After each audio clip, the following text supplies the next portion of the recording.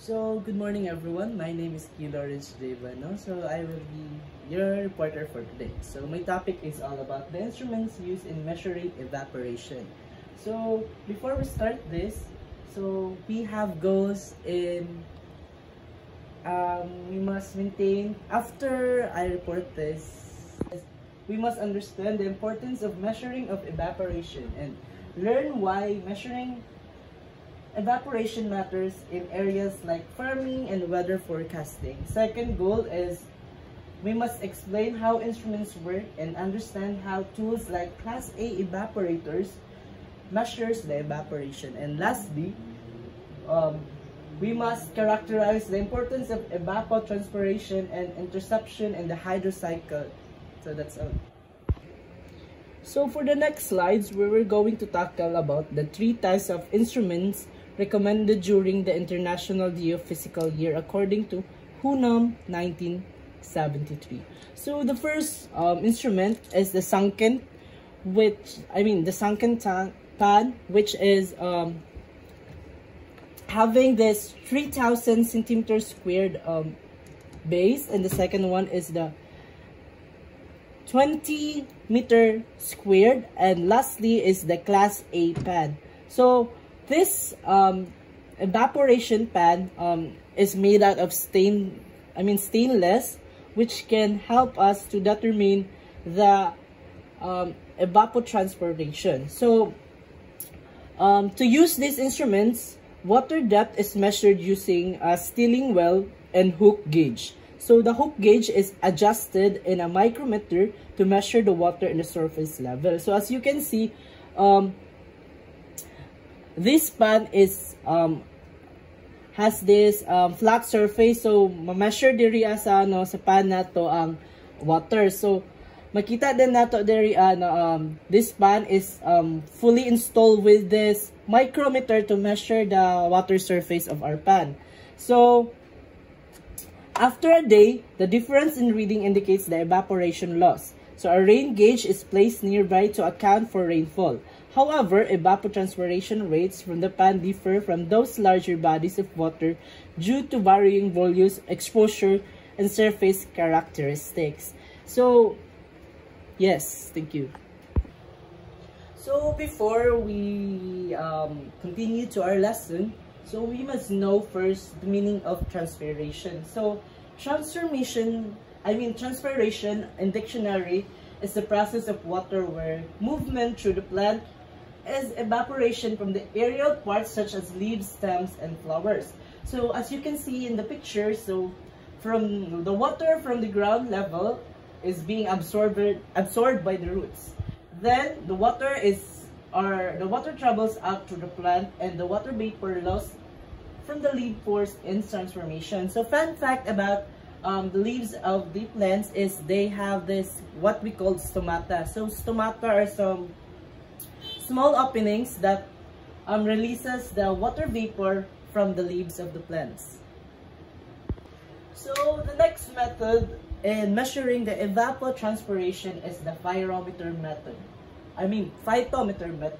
So phytometer method is the equipment is weighted in the beginning, which is symbolizes as W1, and the end of the experiment as well as will be measured and will be considered as W2. Water applied during growth, which is water or W, is measured, and the water consumed by transpiration is WT is obtained as. So the formula we're going to use in this phytometer method is WT, which is the water consumed transpiration, is equals to W1, which is the weighted it's the weight of the equipment in the first, plus the water minus the weight of the experiment or the instrument after the experiment.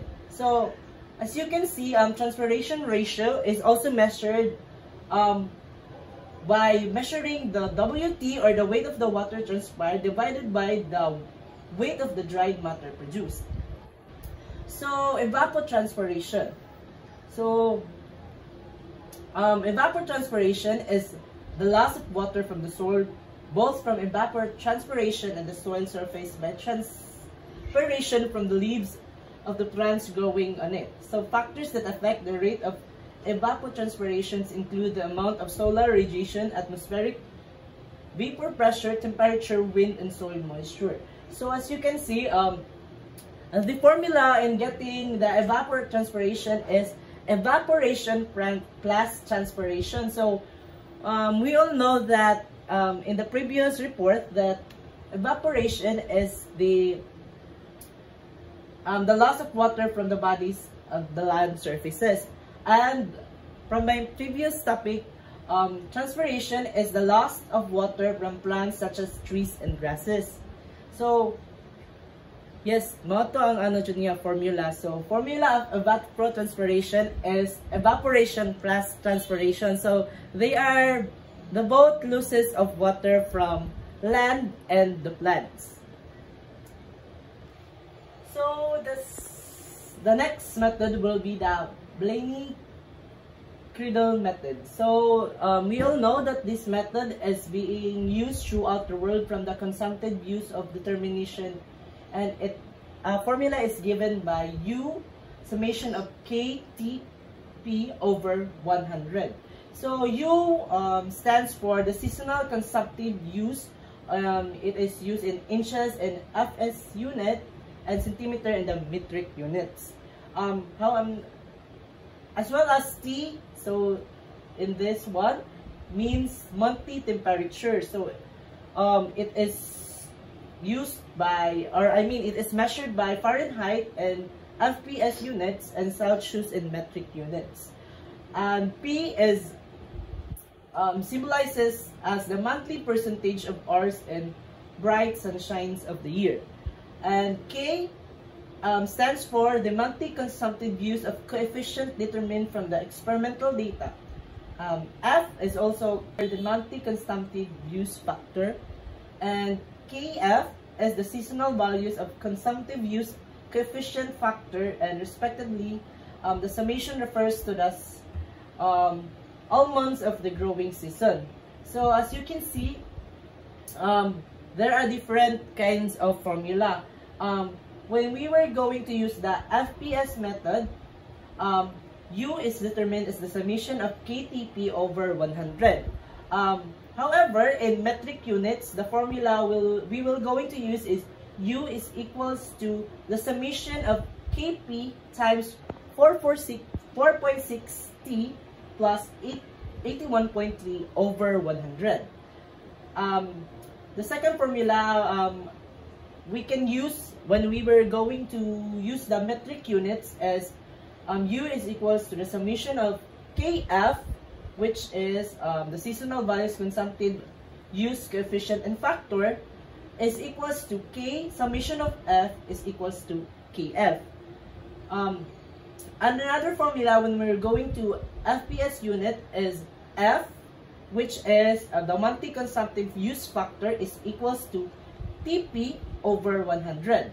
And when we're going to calculate the F in metric units, we will going to use this formula. So F stands for monthly consumptive use factor is equals to P times 4.6T plus 81.3 over 100. So as you can see in the screen, so this is an example problem which we are going to use the Blaney-Criddle method. So the problem states that we must determine the evapotranspiration and irrigation requirement for wet if the water application efficiency is 65% and the consumptive use coefficient for the growing season is 0.8 from the following data. So as you can see in the first column, so this column states the month, and the second column states the mean of the monthly temperature. So these numbers are determined by degrees Celsius. So the third column states that this column is the monthly percentage of sunshine per hours. And the last column states that it is the effective rainfall for centimeters. So for the solution, we are going to use the monthly consumption factor solution, which is F is equals to P times to 4.60 times 81.3 over 100. So since the problem are given, I mean the data were given, so we can efficiently solve the problem. So since T is given, P is given, P is given, therefore we must, substitute the numerical numbers into our function. So since our data is given, we can easily find that the P substituted to the formula will give us 11.82, 10.74, 10.48, and 10.50, which the total F is equals to 43.54, or the summation, as well as the summation of P is equals to 10.9. So to solve the seasonal consumptive use, we must use the formula U is equals to K times the total F. So we already know that K is equivalent to 0.8 times our F, which is the total of the monthly consumptive factor, is equals to 43.54. So it is equals to 34.83 centimeters. So while using or to find the field irrigation requirement, we must use the formula FRI, which is U minus total PE over the efficiency. So we all know that U is equivalent to 34.9 minus 10.9, which is the total PE, over 0.65. That comes with the average, or the answer 36.9 centimeter. So the next formula or method we're going to use in order to determine the evapotranspiration is the evaporation index method. So this method is an analysis of data on consumptive use indicate a high degree of correlation between pan evaporation values and consumptive use. So the relationship between the evapotranspiration, which is E, and the pan evaporation, which stands for EP, is usually expressed as E is equals to K EP, where K is coefficient, or it is symbolized as E over EP, which is the ratio, and is found to vary according to the stage of growth of the crop. So this one is an example problem determining the evapotranspiration index method. So the problem states that assuming a growing season of 4 months, December to March, for wheat, determine the consumptive use of the wheat in the month of January if the pan evaporation for the month is 9.5 centimeters. Take the consumptive use coefficient at 40% stage growth of the crop as 0.52. So since the values are given, we can exactly put the numbers into our solution. So our solution would be E is equals to 0.529.5 is equals to 4.94 centimeters. So by that formula, we can say that our consumptive days is equals to 0.4 times 121 days is equals to 48 days.